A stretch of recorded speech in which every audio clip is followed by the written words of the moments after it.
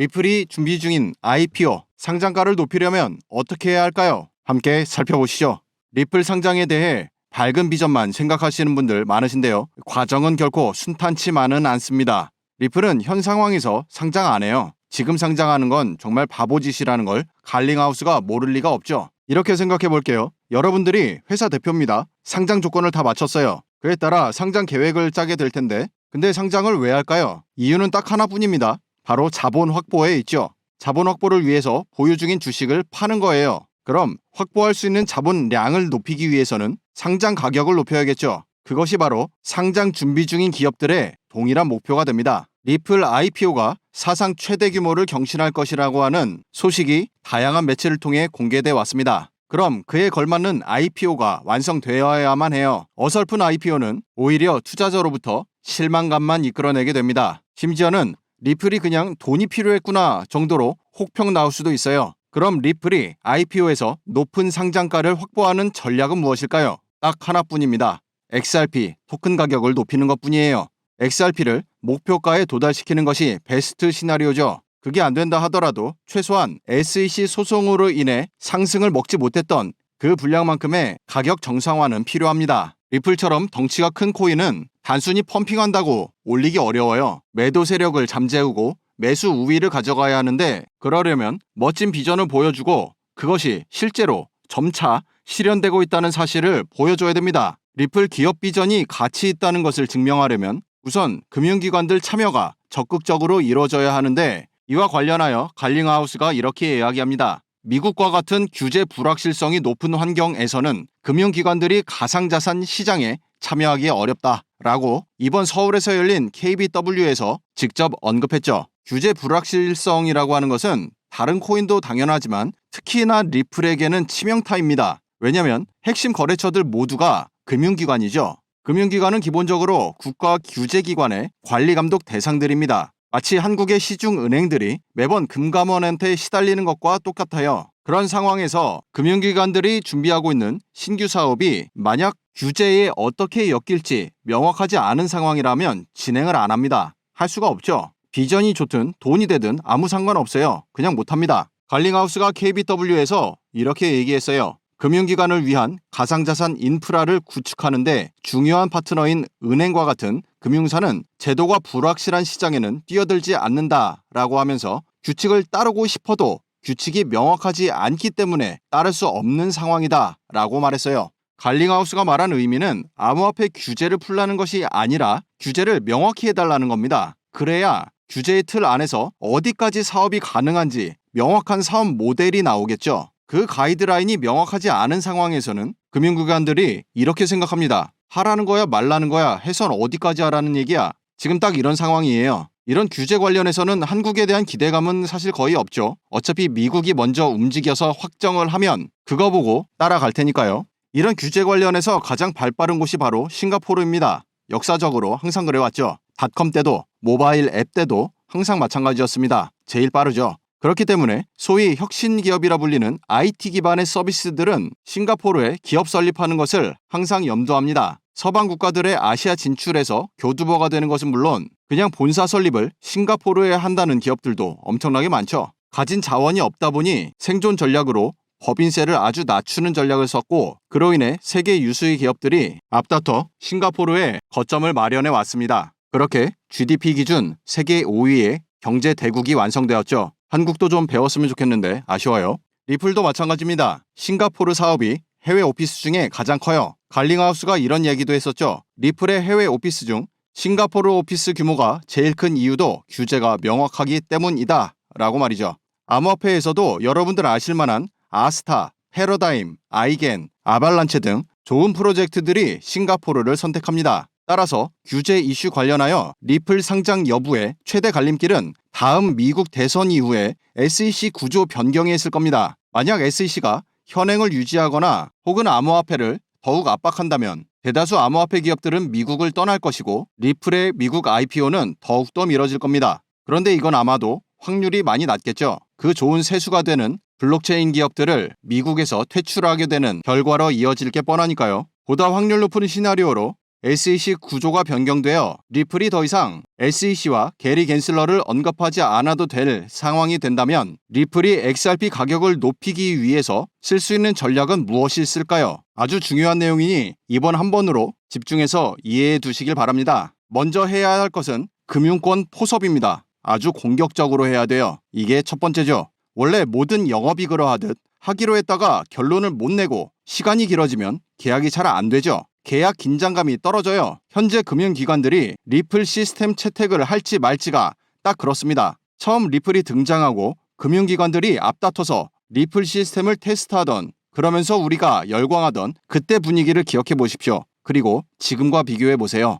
금융기관들로부터 다시금 열정적인 반응을 끌어내는 것이 리플이 해나갈 첫 번째 작업입니다. 다음은 리플 토크노믹스 조정 작업이 필요해요. 요즘 해외 리플 커뮤니티들을 살펴보면 XRP 소각 문제와 곧 발행될 스테이블 코인 관련된 이슈들을 자주 거론하고 있습니다. 이게 다각적으로 엮여있는 문제라서 좀 쉽게 이해하실 수 있도록 풀어드리면, 우선 소각과 관련해서 리플 CTO 데이비드 슈워츠는 이렇게 이야기하죠. 소각은 가격 상승에 큰 영향을 미치지 않는다. 8월 30일 바이낸스 통해서 발표한 내용인데요. 리플은 과도한 XRP 공급량으로 토큰 가격을 인위적으로 억제하고 있다는 비판을 받고 있다는 것에 대해 CTO가 이렇게 반응한 것입니다. 이걸 명확하게 이해하셨으면 좋겠어요. 소각과 XRP 가격 상승은 1대1 매칭되는 게 아닙니다. 시총률 그대로 두고 총 공급량이 줄어들기 때문에 그러면은 토큰 가격이 당연히 오르는 거 아니냐라고 생각하시는 분들 계시겠지만, 토큰 가격은 오로지 호가창에서만 결정되는 겁니다. 어떤 이벤트가 발생했을 때 그것이 가격 상승에 영향을 줄 거라 생각한다면 자연스럽게 매수 우위 상황이 발생하겠죠. 소각이 만약 가격 상승에 긍정적이라 판단하는 사람이 많다면 자연스럽게 가격은 오르게 될 겁니다. 그런데 리플에서 하드포크한 스텔라 루멘이 있죠. 스텔라 루멘의 소각 케이스를 보면 이미 상당량 소각을 완성했음에도 가격 상승과는 거리가 멀었습니다. 작년 가을부터 이어졌던 코인 시장 상승장에서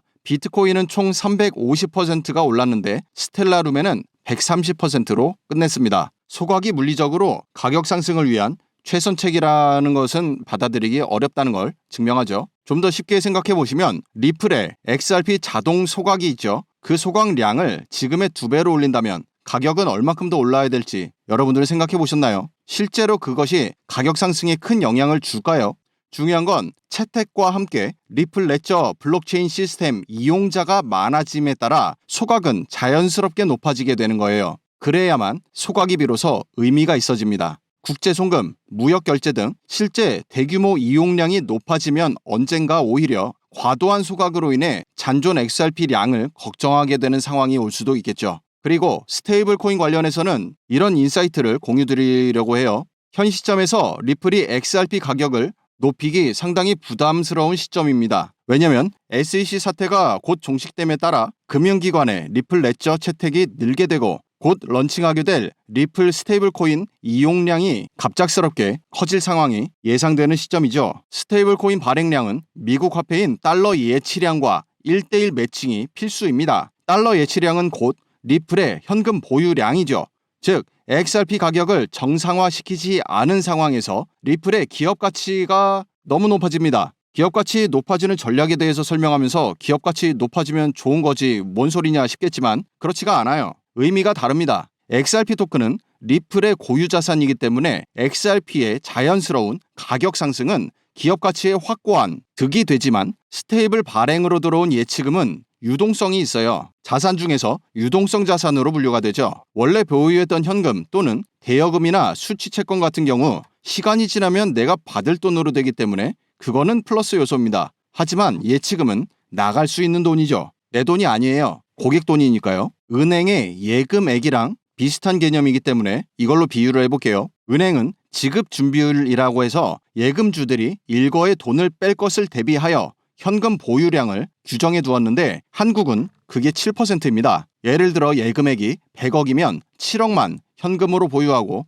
나머지 93억은 대출이나 투자를 통해서 수익 활동을 하죠. 그런데 코인 쪽은 그렇지가 못해요. 지준율이 상당히 높게 잡혀 있습니다. 아직 규제가 명확치 않은 상황이기 때문에 정해진 규칙은 사실상 없지만 시장 신뢰도를 높이기 위해 지준율을 엄청나게 높게 잡아놨어요. 1위 스테이블 코인이죠. USDT는 현재 76%를 유지하고 있고요. USDC는 기준금 관리를 블랙록이 합니다. 그것도 일부가 아니라 100% 블랙록이 맡고 있어요. 지준율을 그래서 그냥 100%라고 봐도 무방하죠. 그 다음 순위가 원래는 BUSD라고 바이낸스 플랫폼 통해서 팍소스라고 하는 블록체인 전문 금융회사가 발행했던 스테이블인데 사업 접었습니다. 작년 12월이에요. 리플과 마찬가지로 SEC가 BUSD를 미등록 증권이라고 제소했고 그냥 받아들이고서 사업을 접어버렸어요. 그 전까지 팍소스 리포트를 보면 BUSD도 지준율 100%였습니다. 그리고 네 번째가 메이커다우 재단에서 운영하는 DAI라는 스테이블이 있어요. 이거는 다른 스테이블과 달리 코인을 담보로 발행됩니다. 특히 대부분의 기준이 이더리움, ETH로 잡혀있죠. 코인 가격 변동성 때문에 불안한 거 아닐까라고 생각하시는 분들 계시겠지만 그 변동성 감안하더라도 지준율은 100%가 넘습니다. 스테이블 코인판 어떻게 준비해야 할지 갈링하우스도 당연히 잘 알고 있겠죠. 그래서 리플이 스테이블 코인 사업으로 현금 예치량이 높아짐에 따라서 기업 가치가 높아지는 것은 원하는 그림이 아니에요. 최소한 지금은 아닙니다. 은행처럼 예금으로 들어온 현금을 투자로 돌려서 수익화가 가능한 상황이면 괜찮은데 지금 스테이블 코인 사업판이 아니죠. 그렇지가 않아요. 그래서 쓸데없는 덩치 키우기밖에 안 됩니다. 그럼 리플이 스테이블 코인 사업을 왜 하느냐? 고객 사이엔 금융기관들이 필요로 하니까 만드는 겁니다. 실제 리플 기업 가치에 영향을 주는 건 스테이블 코인 발행에 따른 예치금을 높이는 것이 아니라 스테이블 코인 사용량에 따른 수수료가 리플 매출이기 때문이죠. 따라서 지금의 핵심은 XRP 토큰 가격 정상화부터 진행해야 돼요. 그 핵심이 명확한 규제 환경에서 금융기관의 실질적인 리플 레저 도입 활성화부터 시작인 것이죠. 리플의 비전, 글로벌 금융 네트워크 시스템을 구축하는 것이죠. 한번 갖춰지기만 하면 정말 막강한 프로젝트가 될 수밖에 없습니다. 그 비전이 실제로 실현되고 있구나라고 점진적으로 사람들에게 인식되던 바로 그때가 바로 리플 상장 시점이라고 보시면 될 겁니다. 이와 같은 리플에 관한 관점도 또 눈에 보일 만한 상장 시점도 모두 리플 커뮤니티를 통해서 공유하고 이렇게 다 함께 이야기 나누면서 지내고 있습니다. 영상 하단 더보기에 있는 링크를 통해 가입 신청 바랍니다. XRP 가격이 저렴한 지금이 하나하나 모아가기 가장 좋은 시기가 아닐까 생각해요. 영상이 도움되셨다면 구독, 좋아요 부탁드립니다. 시청해주셔서 감사합니다.